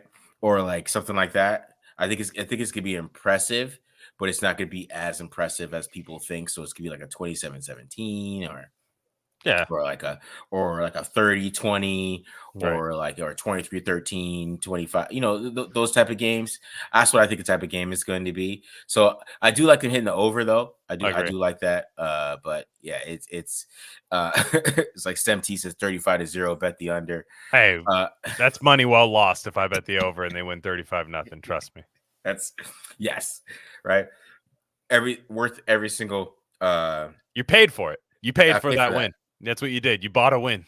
You bought a damn win. Just think about that. You bet against your. Dude, I'm not gonna lie. I'll be real. I'm in a survivor pool, a big survivor pool. Survivors where you pick like locks of the week. I had 3 picks in a survivor pool. It was like, you buy a pick. I picked against the Raiders last week, and I lost a pick, and I was pumped. Yeah, I was like, this is so tight that I lost this pick because it was the biggest spread. I like this one, Joe. 19-3. So I can see that. Yeah, AP would be electric off that. Like he would be pumped off that. He wouldn't even care about the offense in that game. He'd be like, my defense 19-3. Let up 3 points in the home opener. We are back. No, I'm for it. We tried this last week. We never saw what the Raiders did last week. You and I didn't talk about that scenario at all. 26-23, where the Raiders come back and win in the fourth quarter. We didn't talk about that at all. So this was all speculation. Gambling is speculation. Gambling is vibes. Everybody pretends they have it all figured out. Everyone pretends they have a system. Everyone pretends they're a sharp. At the end of the day, the beauty of football is that they strap it on, and like they put the helmets on, they put the pads on and everything, go play a team, and it doesn't matter. It doesn't matter your thoughts before the game. Your mind goes blank like the Men in Black red light hits you, and you're just like, this is football. Mm-hmm. All right, let's get to these questions and we'll get to the NFL game lines. What O-line you want to see by the time we play the Chiefs? Like a rotation. I think he's talking about the yeah. By the time we play the Chiefs, and that's like week 8 or week 9, something like around, that. Yeah, around there. I know they're both kind of later in the season. I know there's a Black Friday game is the second game, but I think he's talking about the first one. I will say I would like to see Glaze step up and be the right tackle. I'd like to see Miller get a little healthier and be the left tackle still. I don't really want to see this offense without Colton Miller there. Jackson Powers-Johnson's back. Everything's happening. He looks good. He's in a groove there, and they're running the ball well. Andre James is Andre James. He's there, and Parham. I mean, really, I like to see DJ Glaze implemented there. I think they could get better at on the roster. I think they can upgrade at tackle. I know it's a contract year for Mumford, and if he has a good game against Carolina, then why not? But I like to see Glaze get out there. I think what we saw in the preseason was not a fluke. I thought that was a confident, good player that seems to fit and seemed to learn already seemed coachable enough to get out of some of his mistakes that he made at Maryland. I kind of want Mumford to stay out there just because I would like the continuity, but I would like it would be Miller, Jackson Powers-Johnson, James, Parham, and then Munford. But if Munford can't handle it, I'm cool with DJ Glaze playing and him kind of just figuring it out, right? We might as well see what he can do. He looked pretty good in preseason. Mm-hmm. You might see him this week, man. I don't know. We'll see him. Yeah, they're gonna. I think it's killing AP that they can't run the ball. I think it's killing him, and I think, and I'm not saying we all thought Glaze maybe run blocking wasn't his thing. Even people who were high on him were like, yeah, he's going to be a better pass blocker. So we'll see. But yeah, if you can get Jackson Powers-Johnson out there, and let's talk about this draft. If Jackson Powers-Johnson's good and Glaze is a starter by the end of the year, and not because of an emergency, but because he's better than the person on the roster, and then you have Bowers doing what he's doing, I don't care about the rest of the draft. That's 3 hits. Yeah, for sure. You can say what you about Telesco. That would be I care about drafting more than anything. And That would be crazy. So I'm excited to see Jackson Powers Johnson this week. I won't be too high. My expectations won't be too high. I just want to see him go out there and play a functional game and bring a little nastiness to this offensive line. You could have 3 straight really good picks in Telesco's first draft with the Raiders. It's very, very possible. I agree. Odunze's dad already do. I saw that. That was hilarious. Oh, did you see that, Glen? Yeah, I mean, why don't you might as well just DM it to Caleb Williams. He's like, what was That's what I don't get. Like, DM it to Caleb then if you're what are you showing Bears fans for? Like, I would just be like, what's up, Caleb? I'm Rome's dad. Follow me back. All right, cool. Anyways, my bad. What's up? Thanks for the follow. Here's every time you miss my son. Rome wasn't built in a day. I get it. But this day it could have been. Like, man, like that's why we can't have NFL pros. So this is why when they give you guys all 22 for $14.99. You got dads pointing out their son. You know, Rome has his own. He gave his own like Bears password to his dad. Like, you know, his dad didn't even pay $14.99. Like, he was like, "Dad, look at this," and he was like, "All right, man, I'll get no. You don't post that. That's bad if you post that. Let dad post that." There's no way he paid $14.99 for NFL Game Pass. Rome did that. This is a Rome thing.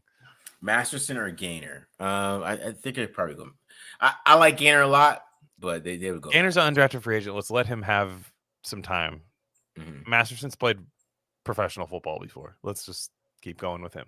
He played well too. Yeah. And let's say people forget about Tommy. Let's see Tommy for a little bit. Exactly. He doesn't have to start. Yeah, but yeah. Is BD dropping him? I think so. I thought he was, but I'll talk to him. I'll see what he's doing here. He's a busy man. He's shooting turkeys with the arrows. It's almost Thanksgiving, guys. It's almost day. He's ready. Yeah. Is it lobby time if White looks exactly the same on Sunday? Yes. I mean, it's somebody time. It's somebody. I think it'll be Alex Madison first, but yeah, you'll see him get a game where he's the lead back. Prime Mac or Prime Max Crosby. Max Crosby's better than Khalil Mack. You think so? Yeah. Oh yeah. Yeah. So Mac had the season where he made he had that crazy ass, like, the thing that Max doesn't have, and it's not his fault. It's just the ball's got to bounce to him the way. He doesn't have those crazy Cam Newton pick six on the screen pass. Exactly. But what can you do? I mean, like, those that is just Mac makes like these crazy plays. Yeah, he had that one. Mac had that play against Tyrod Taylor where he sacked the ball and the ball fumbled onto his back and then rolled into his chest against Buffalo. Like, Max for some reason doesn't have that. I will take Max because, look, Khalil Mack was great against the run. Max Crosby makes the most impact plays down to down that I've ever seen a Raider player play. Like, it's he just blows plays up. Like, it's crazy. He like ruins the ecosystem of an offense like that they're trying to do. I think they're two different players. They are. It's hard to compare them because Mac is a power guy who plays the run really well too. He was probably, before Max Crosby, was probably the best run defending edge that there is, right? I mean, when he was a rookie, that dude was terrific as a run defender, right?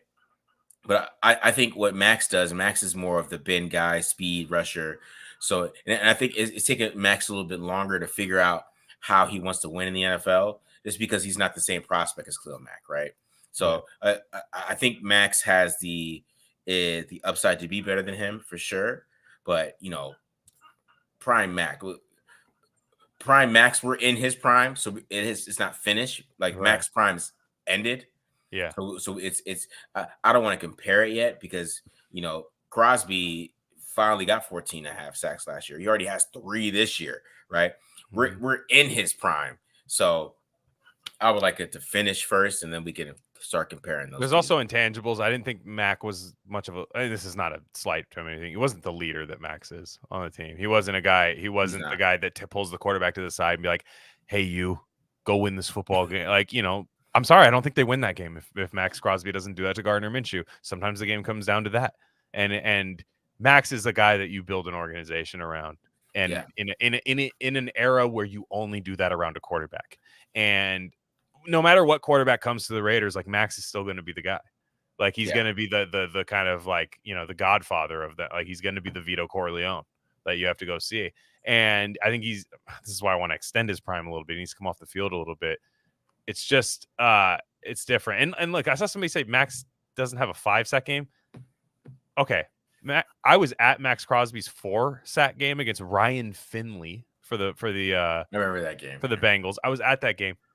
Let's not act like Khalil Mack sacked a better quarterback for 5 times in a game. He had Brock Osweiler. So, I mean, both guys feasted on bad quarterbacks in those games. Mack was incredible. That was a crazy game.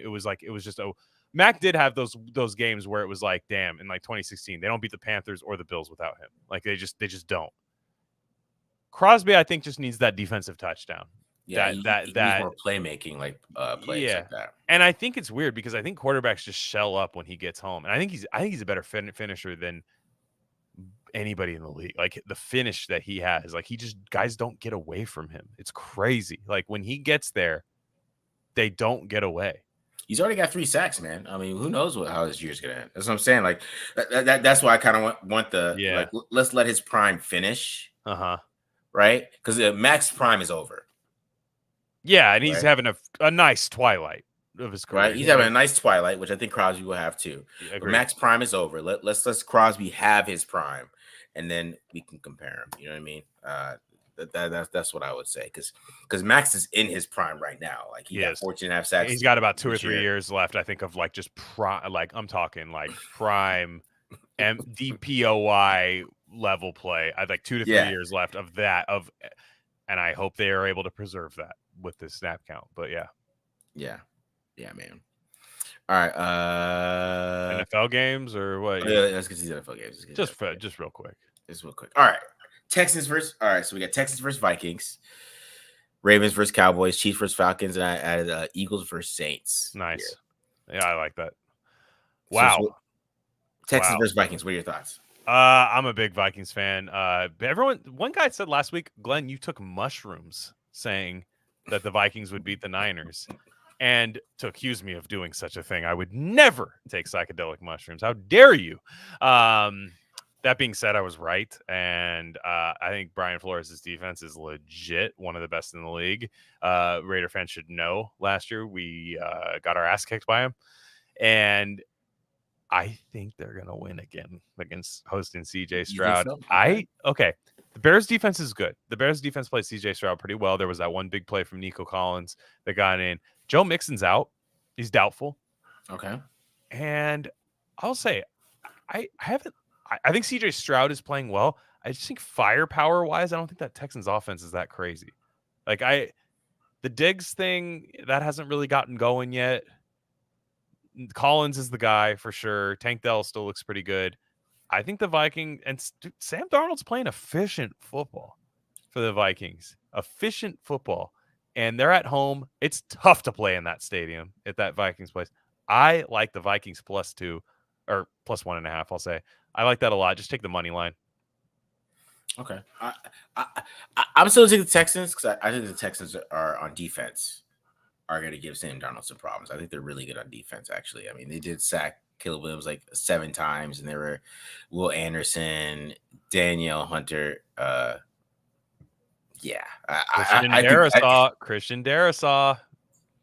Yeah. You got a point, Brian O'Neill. I know you got a point, but I just think that the Texans defense is really damn good, and I think they're Jalen Petre, Devin Singletary. Did I say that wrong? Derek with it. Stingley. Yeah, Derek Stingley. Yeah. It's gonna be a good game. I like the under too. I like the under actually in this. You like the under? I think it's gonna be a really good game though. I think it's gonna be a really good game. But I like the Texans. I feel like this Stroud is gonna. If it came down to it, I'm going Stroud in this game because that's what I think. It's gonna be one of those games where like when you have 2 good teams like this, like and they have good rosters, and I think sometimes it does come to quarterback play. Mm-hmm. And I think CJ is just going to make a couple more throws than Darnold is. I think they get Jordan Addison back this week. Yeah, you're right. But I just feel like it's a couple more throws from CJ. Just a couple more throws from CJ. Dallas Turner is out. I did see that. Dallas Turner is out. Dallas Turner's been balling for them. So I will say on the Vikings front, that is a little concerning. Yeah. All right, Ravens versus Cowboys. The Ravens are desperate. Yeah, I like this game's going to be crazy. I like the over in this game. I think this game's going to be a shootout. Okay. I actually like the Cowboys in this game. I Me do. too. Me too. I like the Cowboys because they're at home, and I know I they don't. got killed by the Saints and Yeah. the Clint Kubiak and Yeah. Derek Carr. I'm not calling him Derek Carr because I watched him on film. That's not Derek Carr, so I'm calling him Derek Carr. Nice. Because it's his New Orleans name. But I think the Cowboys win this game just because I think the Ravens. And the Raiders beat the Ravens. And I'm not saying the Raiders aren't good. I just think the Ravens Yeah. just aren't as good as they were the year before. No, their Right? offensive line sucks, and Yeah. I think with Parsons and guys like that, I think I know that Zimmer defense. Everybody's kind of look. They had one good week, one bad week, but I don't think the Ravens. I think the Ravens have a weird identity crisis in what they're trying to do. I think that Todd Monken and Derrick Henry is kind of a weird combination because I don't think Todd Monken really wants to run the ball with Derrick Henry a bunch of times, which is kind of what they need to do, and they kind of need to turn into more of a college run offense. I think, given what they have, and they're going to drop Lamar back a bunch of times, and I think the Cowboys are going to win. Yeah, I think so. Chiefs versus Falcons. Sunday Night Football. I'm gonna take the Falcons. Okay. The spread. I think we're gonna get a bureaucratic Chiefs win, as we always do, where guys where they get the and thanks to this new camera that was invented yesterday, we found out this guy's foot was out of bounds. Thank God for that. Mahomes is the best because of that. Because of this play that happened on defense and this holding penalty that you have to trust us. We won't show you a replay, but defensive holding definitely happened on this play, on this 4th and 27 play that Mahomes hit. So I think the Chiefs are going to win in a bureaucratic way, and they're going to be like the Falcons will be up on the final drive, and Harrison Butker kicks a field goal and wins. But I think I'm telling you, I think the Falcons they got something with Bijan, man. That Bijan in that zone run game. God, I wish the Raiders had Bijan Robinson. Oh my gosh, that in that run game. I've been a Falcons kind of diehard in terms of thinking that they're going to be good. So I gotta die on the sword, man. I gotta fall on the sword for the Falcons. I think they're gonna lose in a heartbreaking Falcons fashion, but cover the 3. Yeah. Wait. Nebraska lost? What? Raiola was not playing well. Fake Mahomes lost, huh? Okay.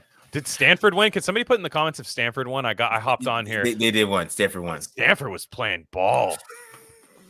Stanford was playing ball at Syracuse. They were playing ball, man. And that was against Kyle McCord, a good Kyle McCord season so far.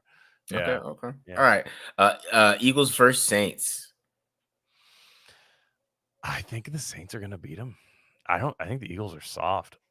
Kamara, what Bijan was doing to the Eagles on Monday Night Football, you tell me Alvin Kamara's not doing that same thing? He's balling too, yeah. He's going crazy. He's the best running back in football in the first couple of weeks. I mean, he's just been unreal. He's holding down my fantasy team, man. I know. I didn't take him. I stayed away. I thought he was toast. I thought he was like Emmitt Smith on the Cardinals, like dad. Like I thought he was just done. I mean, it's just how many more years can he do it? Yeah. I think they're going to win. I think they're going to win at home. I think their fan base is going to be fired up. There hasn't been a murder in New Orleans in 18 days. Clint Kubiak, could probably run for office based off of that. And I think the Saints are going to be in for an interesting second half of the season. I think they're going to get off to like a 5-1 start, though. They look really good. They're having a lot of fun playing there. I know a lot of fans are invested in terms of, Derek Carr, this. I'm happy for him. I'm happy for him. There's no draft pick at stake here. Look, it's year 11, and he's having a good year with the Saints.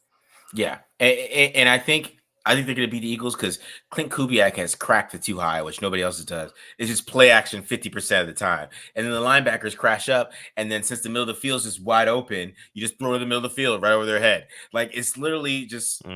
I don't know why NFL teams aren't doing this. Like that's how you beat the too high, right? Because literally, it's called middle of the field open.